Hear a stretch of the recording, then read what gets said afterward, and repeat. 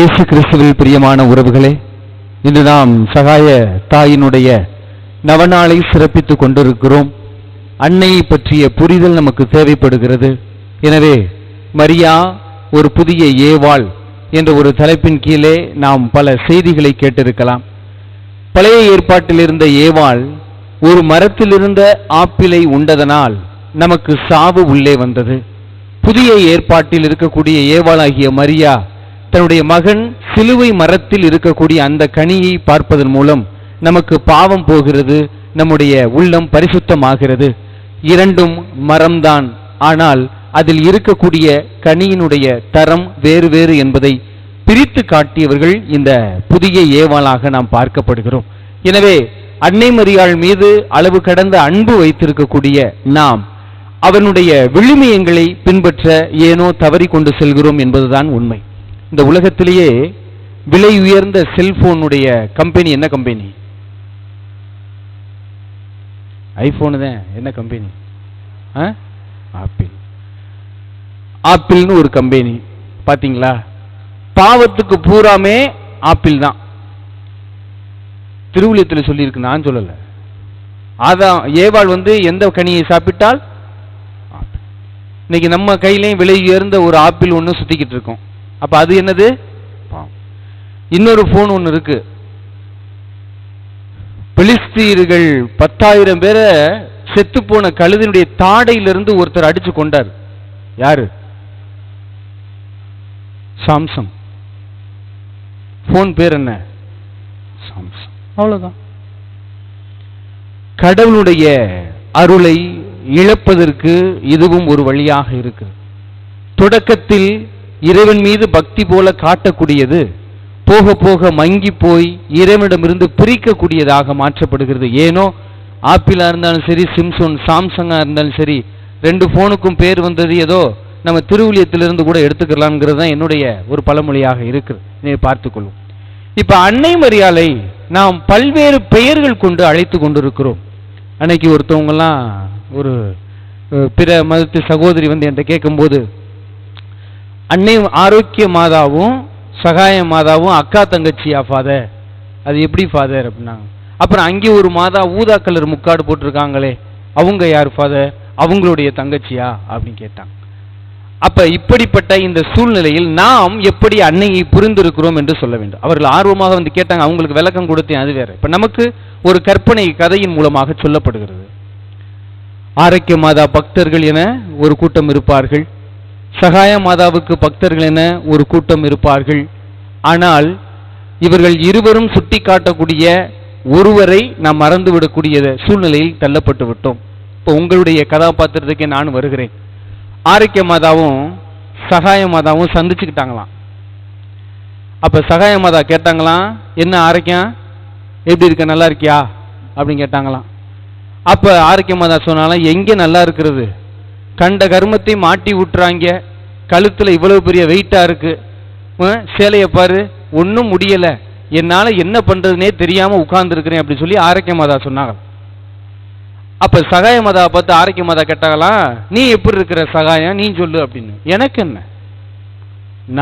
நான் பாட்டுக்கு இருக்கிறேன், என் கழுத்தை பாரு ஒண்ணுமே கிடையாது, ட்ரெஸ்ஸை பாரு மங்கி போன ட்ரெஸ், இப்ப நான் எம்டி, நான் ஃப்ரீயா சுதந்திரமா சந்தோஷமா இருக்கிறேன் அப்படின்னு சொல்லிட்டு யார் சொன்னதா?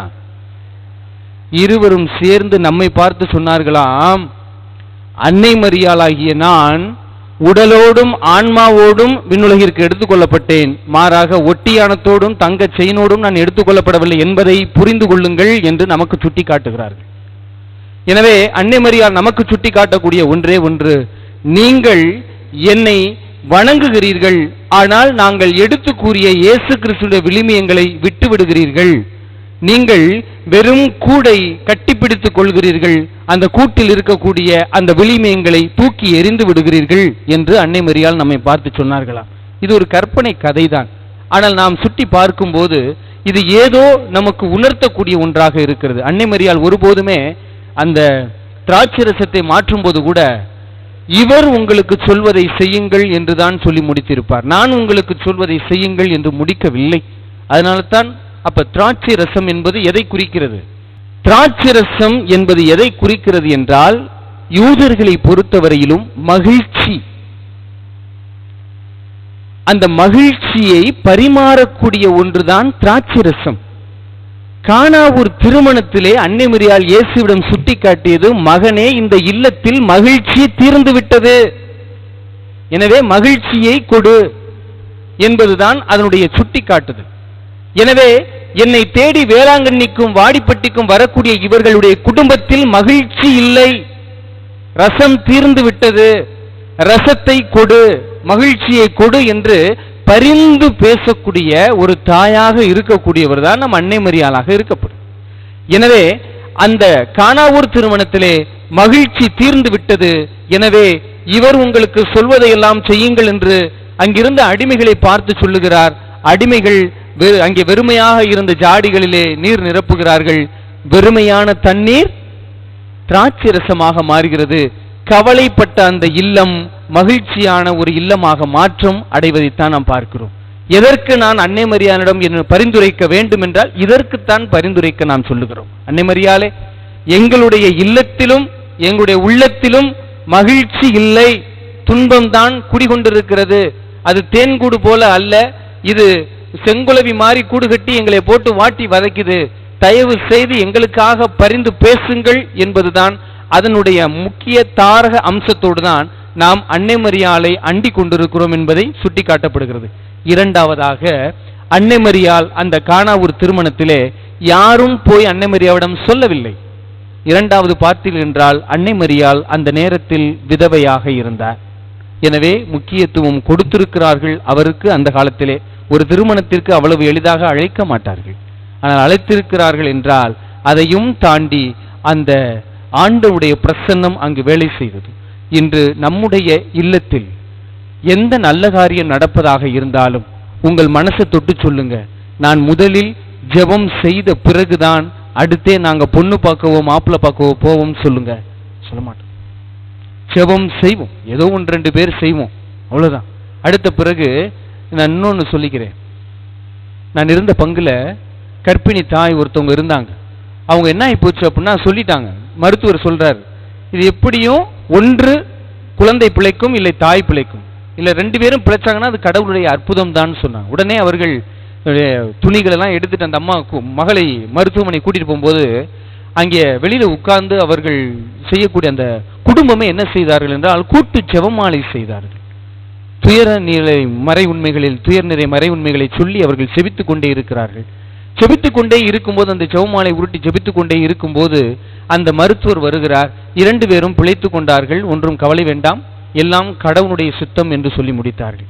எனவே அவருடைய அந்த மகிழ்ச்சியை நான் யதார்த்தமாக உங்களிடம் சொல்லிவிட்டேன். தலைவலியும் காய்ச்சலும் அவங்களுக்கு வந்தாதான் தெரியும். அந்த அற்புதத்தையும் அதிசயத்தையும் உணர்ந்தவர்கள் அவர்களுக்குத்தான் உண்மையிலேயே அது தெரியும். ஏன் அப்படி சொன்னேன் அப்படின்னா 5 குழந்தை இறந்து போச்சு, அதுதான் 6வது குழந்தை. அப்ப அந்த அளவிற்கு அவர்கள் அன்னை மரியாவினுடைய மகிமையை புரிந்து அவரிடம் மன்றாடி அந்த ஜெபமாலை உருட்டுகிறார்கள். எப்படியாவது இந்த குழந்தை பிழைத்து விட வேண்டும், இந்த குழந்தை நல்ல முறையில் வளர வேண்டும் என்று அது பிறந்து கொண்டிருக்கிறது. அதை தெய்வீக குழந்தையாக பார்க்கக்கூடிய அந்த சமூகம் இருக்கிறது. இன்று நாம் அன்னை மரியாவிடம் என்ன கேட்கின்றோம் என்பது மிகவும் முக்கியம். கேட்காமலேயே நம்மிடம் என்ன தேவை என்பதை புரிந்து கொள்ளக்கூடியவர்கள் தான் அவர்கள்.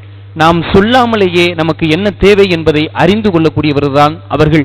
எனவே வரங்களை கேட்டு நாம் நம் வசதிக்கு வரங்களை கேட்காமல் அவர்கள் வசதிக்கு வரங்களை கேட்டோம் என்றால் வரங்கள் இனிமையாக இருக்கும்.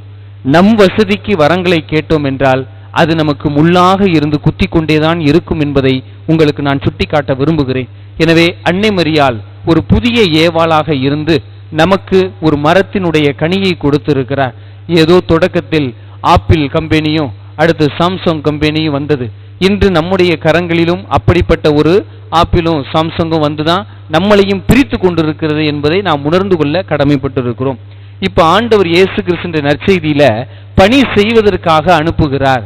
தேர்ந்து தெளிந்து செய்யக்கூடிய ஒரு பணியாக இருக்கிறார். உங்களுடைய உடலை கொள்பவருக்கு அஞ்ச வேண்டாம், மாறாக ஆன்மாவை கொள்பவருக்கு அஞ்சுங்கள். இது யாரிடமிருந்து கற்றுக்கொள்ள வேண்டும் என்றால் அன்னை மரியாவிடமிருந்து தான் கற்றுக்கொள்ள வேண்டும். அதனால்தான் என் ஆண்டவரே உம்மை என்னுடைய உதடுகள் புகழ்கிறது என்று சொல்ல மாட்டார், என் ஆன்மா உம்மை புகழ்கிறது என்று சொல்வார்கள். அப்ப அந்த ஆன்மாவை உணர்ந்தவர்கள் மட்டும்தான் இறைவனை சரியான முறையில் பின்பற்றக்கூடியவர்களாக இருப்பார்கள். இன்று எங்கள் குடும்பங்களில் மகிழ்ச்சி இல்லையே ஃபாதர், அது காரணம் நான் தான் என்ற அகந்தை. நான் என்ற அகந்தை, அதாவது பிறர் அன்புக்கும் தன் அன்புக்கும் வித்தியாசம் உண்டு. அதாவது நான் எனக்கு மட்டும் என்று இருப்பவருடைய அன்பு எப்போதுமே போலியாகத்தான் இருக்கும். அதை நீங்கள் உடனடியாக கண்டுபிடித்து விடலாம். பிறர் அன்பு என்னக்கூடிய சொல்லப்படக்கூடியது நாம், நமக்கு, நம்ம அனைவருக்கும் வேண்டும் என்று சொல்லக்கூடிய ஒரு வார்த்தையாக இருக்கும். அப்படிப்பட்ட ஒரு உள்ளம்தான் அதாக இருக்கிறது. இன்று ஏன் ஃபாதர் எங்கள் குடும்பத்தில் பிரச்சனை இருக்கு? நான் என்ற ஒரு அகந்தை. ஒரு நபர் ஒரு பூனை வளர்த்தாராம். பூனை வளர்த்துட்டு அந்த பங்குச்சாமியிட்ட போய், என் பூனை செல்ல பூனை ஃபாதர், அந்த பூனைக்கு ஒரு பேர் வைக்கணும், ஏதாவது ஒரு பேர் சொல்லுங்க அப்படின்னு கேட்டாராம். உடனே அந்த சாமியார் சொன்னாராம், உன் பூனைக்கு ஈகோன்னு பேர் வையி அப்படின்னு சொன்னாராம். ஈகோ என்றால் நான் தான் என்ற அகந்தை, ஈகோன்னு பேர் வையி அப்படின்னு சொன்னார். உடனே அவரும் ஈகோன்னு பேர் வச்சிருக்காரு. எந்த விலங்குகளையும் பறவைகளையும் பாருங்க, குட்டியா இருக்கும்போது நல்லா இருக்கும், அழகா இருக்கும். வளர வளர பார்த்தீங்கன்னா தொந்தரவா இருக்கும், இம்சையா இருக்கும். அதே போல அந்த பூனை படாத பாடுபடுத்த ஆரம்பித்து விட்டது.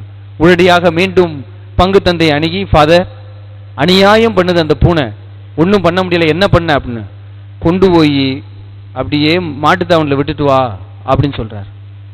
இவர் போய் பஸ்ஸை பிடிச்சி பூனையை கட்டி கொண்டு மாட்டுத்தாவணில் விட்டுட்டு வீட்டுக்கு வர்றாரு. வீட்டில் பூனை அவருக்கு முன்னாடி வந்து, வாங்க வாங்க ஓனரே, நல்லா இருக்கீங்களா அப்படின்னு கேட்கு. அப்ப இவர் வர்றதுக்கு முன்னாடி யார் வந்துட்டா? பூனை. அப்ப வந்துட்டான். அடுத்து திருப்பி போய் சாமியாரை பார்த்து, இங்கே கொண்டே விட்டேன், தப்பிச்சு வந்துருச்சே, எனக்கு முன்னாடி வந்து நிக்குது, நான் என்ன ஃபாதர் பண்ண அப்படின்னா, சரி அதே பூனையை கட்டி கொண்டே கோயம்புத்தூர்ல விட்டுட்டு வா அப்படின்னு சொன்னார். அதே மாதிரி இவரும் கட்டி கொண்டே கோயம்புத்தூர்ல விட்டுட்டு வர்றாரு.